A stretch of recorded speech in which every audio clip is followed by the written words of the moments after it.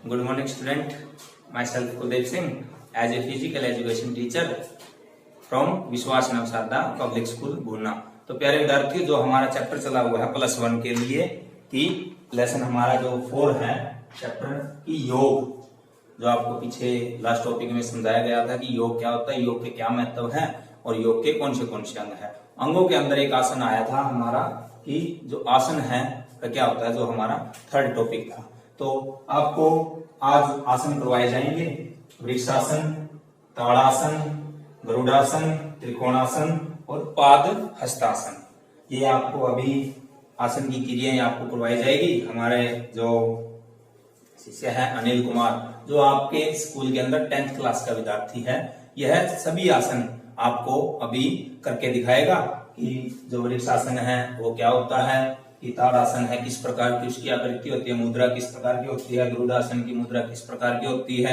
जितने भी आसन है आपको अभी आपको सामने बिल्कुल अच्छे तरीके से आपको सभी क्रियाएं आपके सामने करके दिखाई जाएगी और आपने भी जो ये क्रियाएं करवाई जाएंगी उनको बिल्कुल आराम से जितना भी हो सकता है आपकी जो भी फ्लेक्सिबिलिटी है शरीर के अंदर आएगी। और इस आसन को, जो भी आसन आपको करवाए जाते हैं उनको डेली सुबह मॉर्निंग सेशन में या इवनिंग सेशन में जब भी आपको टाइम लगे आप इन आसनों को करते रहें।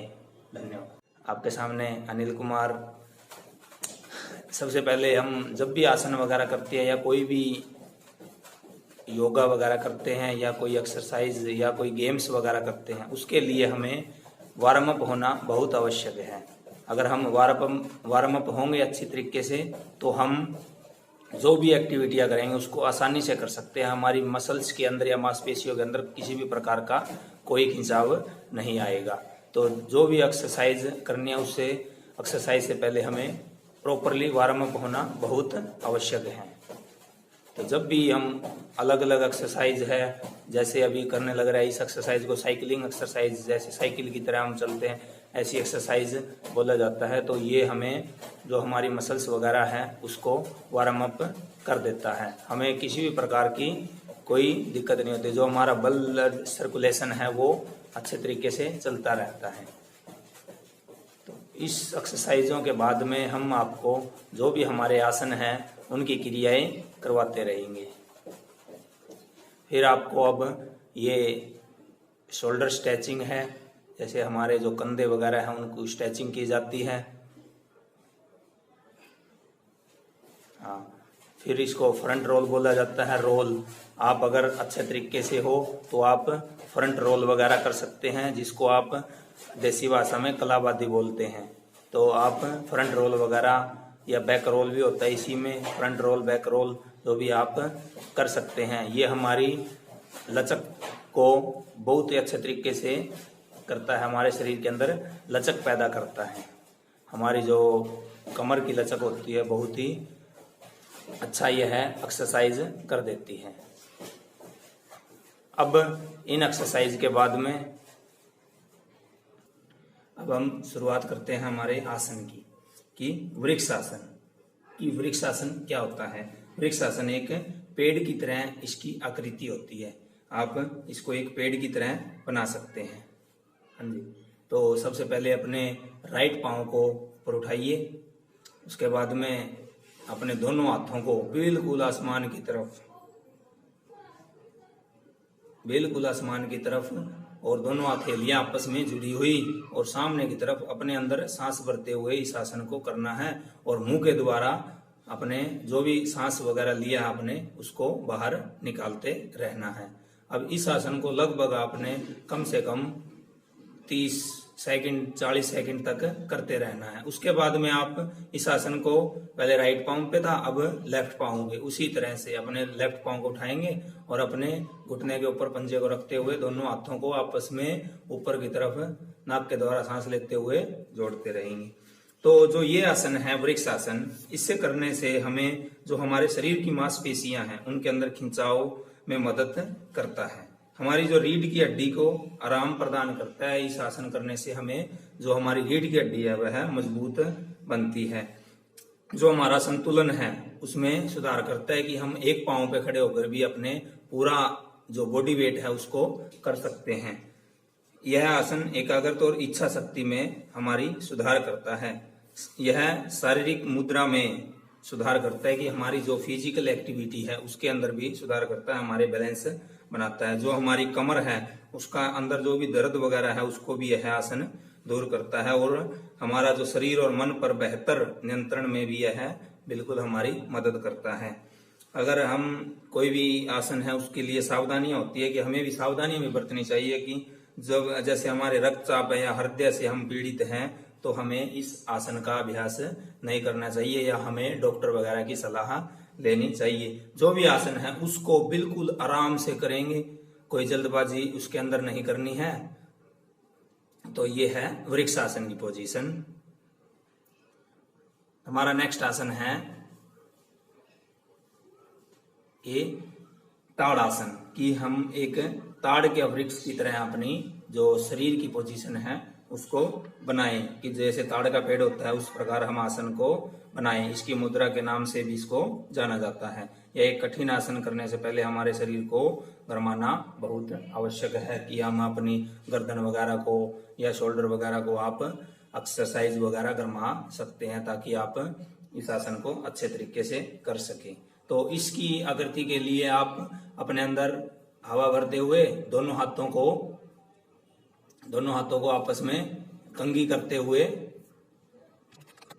बिल्कुल कंघी करते हुए दोनों हाथों को, और अपने बॉडी वेट को बिल्कुल ऊपर की तरफ खींचते हुए अपनी हिल्स उठाते हुए, एडियां आपकी उठी हुई होनी चाहिए, और जो हमारी आकृति है वो सारा का सारा वेट हमारा जो पंजों के ऊपर आना चाहिए ताकि हम इस आसन को कर सके। इस आसन के क्या क्या फायदे हो सकते हैं? इस आसन से हम हमारी जो हाइट है, अगर जो भी छोटे हाइट के बच्चे हैं उनके लिए यह बहुत आवश्यक है। इससे हमारी हाइट वगैरह अच्छी हो जाती है या सांस लेने में हमारी मदद करता है।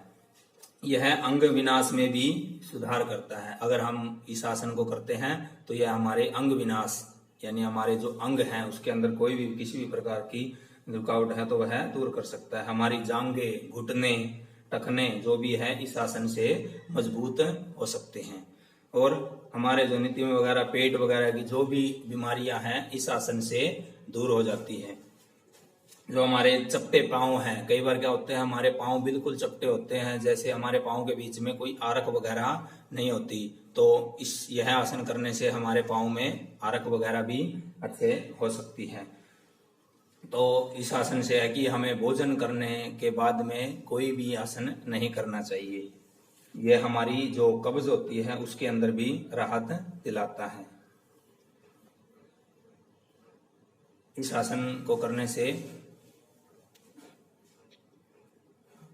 वेरी गुड, सारा का सारा हमारा बॉडी वेट हमारे पंजों पे ऊपर, और इस आसन से सबसे मेन पॉइंट है इस आसन का कि हमारे लाभ में क्या है कि हमारी जो हाइट है, अगर हम छोटी हाइट के कोई भी बच्चे हैं तो अपनी हाइट को बिल्कुल अच्छे तरीके से ऊंचाई में ला सकते हैं। लगभग 4-5 इंच हम अपनी हाइट को ऊपर कर सकते हैं।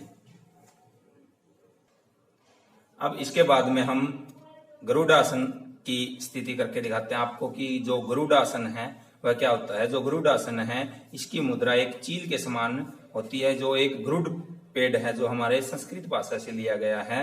इसका अर्थ है चील, शब्द है जो एक गरुड़ है, संस्कृत शब्द है जिसका अर्थ चील होता है, जो पक्षियों का राजा कहलाता है।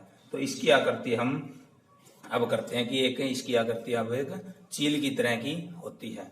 तो सबसे पहले हम अपने दोनों हाथों को आपस में क्रॉस करते हुए आपस में एक दूसरे की हथेलियां मिलाएंगे। उसके बाद में हम अपने राइट पांव को उठाते हुए लेफ्ट पांव के ऊपर से क्रॉस करते हुए लेके जाएंगे। इसकी स्थिति एक चील की तरह हो जाएगी, जैसे गरुड़ का वृक्ष होता है ना, उसकी तरह गरुड़ है जो, इसकी तरह एक इसकी आकृति हो जाएगी। गरुड़ आसन इसको बोला जाता है। कि इस आसन से जो हमारे कंधे हैं, जांघ की मांसपेशियां हैं हमारी, उनमें यह बहुत विस्तार करता है, लाभ मिलता है इस आसन करने से। यह हमारे जो कंधे हैं या कुल्ले हैं उनको मजबूत बनाता है। गरुड़ासन करने से हमारे जो शरीर की मुद्रा है उसके अंदर सुधार होता है, कि हमारी जो भी विकृतियां हैं हमारे पाँव की या हाथों की विकृतियां हैं उनको यह आसन दूर करता है। यह हमारे संतुलन बनाने में भी सुधार करता है कि हम अपने पाँव के ऊपर अपना संतुलन बना सकते हैं। यह हमारी मानसिक स्थिति में सुधार करता है। गरुड़ आसन करने से हमारी जो मन की स्थितियां होती है मानसिक, उनमें यह बहुत ही लाभदायक है। यह हमारे गुर्दे के कामकाज में सुधार और विकारों को कम करता है कि हमारे जो भी गुर्दे हैं उनके विकारों को कम करता है।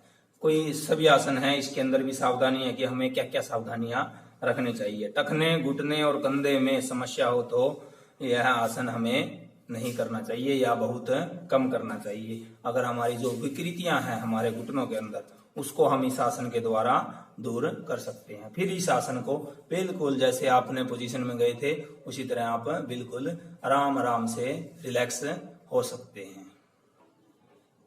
और अगला आसन है हमारा त्रिकोणा आसन, जिसको त्रिकोण की तरह हम अपने आसन को बनाएंगे।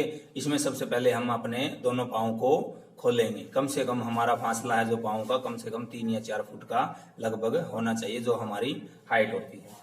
इस आसन के लिए हम सबसे पहले या लेफ्ट या राइट साइड में हम अपने जो अपर पार्ट है उसको बेंड करेंगे। और हमारे जो अगर हम लेफ्ट साइड में हैं तो हम लेफ्ट हैंड से अपने पाँव को छुएंगे और जो दूसरा राइट हैंड से है उसको बिल्कुल आसमान की तरफ उठाएंगे। सबसे पहले हम अपने जो